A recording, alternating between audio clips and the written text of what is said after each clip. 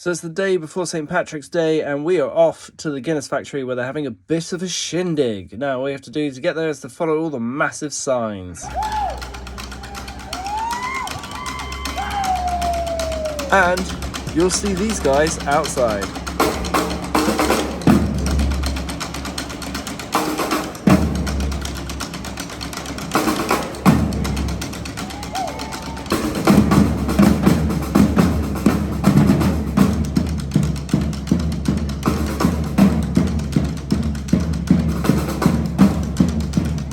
They really do build up the anticipation. Love it.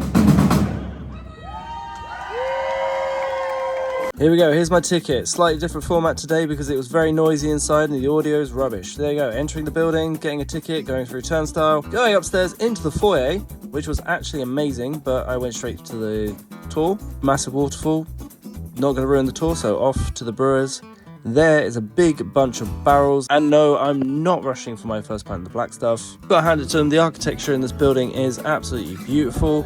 First stop was the DJ that was playing. Obviously I removed music because that's copyrighted. And first pint down. Anyway, off we go because we have to get to our class.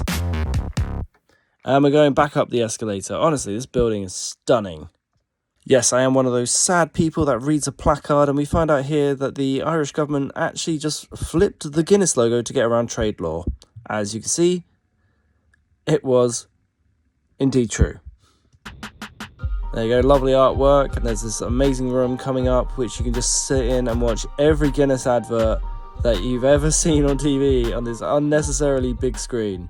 It's beautiful, I love it. You could just spend all day just watching people go up and down. Anyway, off to the Guinness Academy.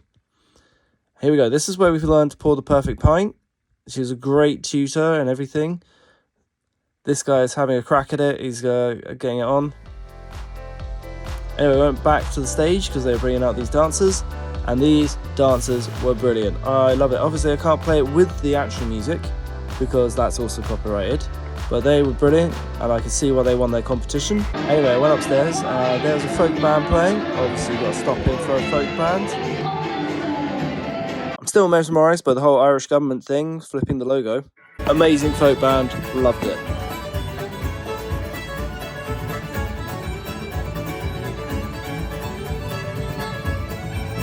Upstairs to redeem our free pint of Guinness, and they have amazing artwork. Anyway, set on my GoPro, I learned some valuable lessons here. Do not set up your GoPro behind a window because you get all the reflections in it. So in the top bar, you can't actually purchase pints with money. You have to use tokens. Obviously, use my last token to get pint number 5. But luckily, someone had a spare token that they were willing to give me. So crack on, wonderful days. Pint number 6 and the last pint. I started seeing like double, so I thought this might be an appropriate time to leave the facility, headed on out the exit. Thank you Guinness Factory for a great pre-St. Patrick's Day sesh. It was absolutely wonderful. Of all the breweries I've been to, you are a 5-star brewery. Thank you very much. It was a great day, great crack. Thank you very much. I'll hand over to Tipsy Paul now. I've got to say that the Guinness Factory before St. Patrick's Day is hilarious. Like, the stuff they lay on, absolutely fantastic. Dancers, musicians, everything. The whole lot is brilliant. And I didn't do much to camera stuff because I was just enjoying the moment and just having a good crack. And as you can see, it's now very dark. So it was obviously a good time. And now I'm going to go out and see the Madness Ball before St. Patrick's Day. Thank you very much, Guinness. I wish you a good night. Enjoy to all. Bye! Anyway, the fiddle band.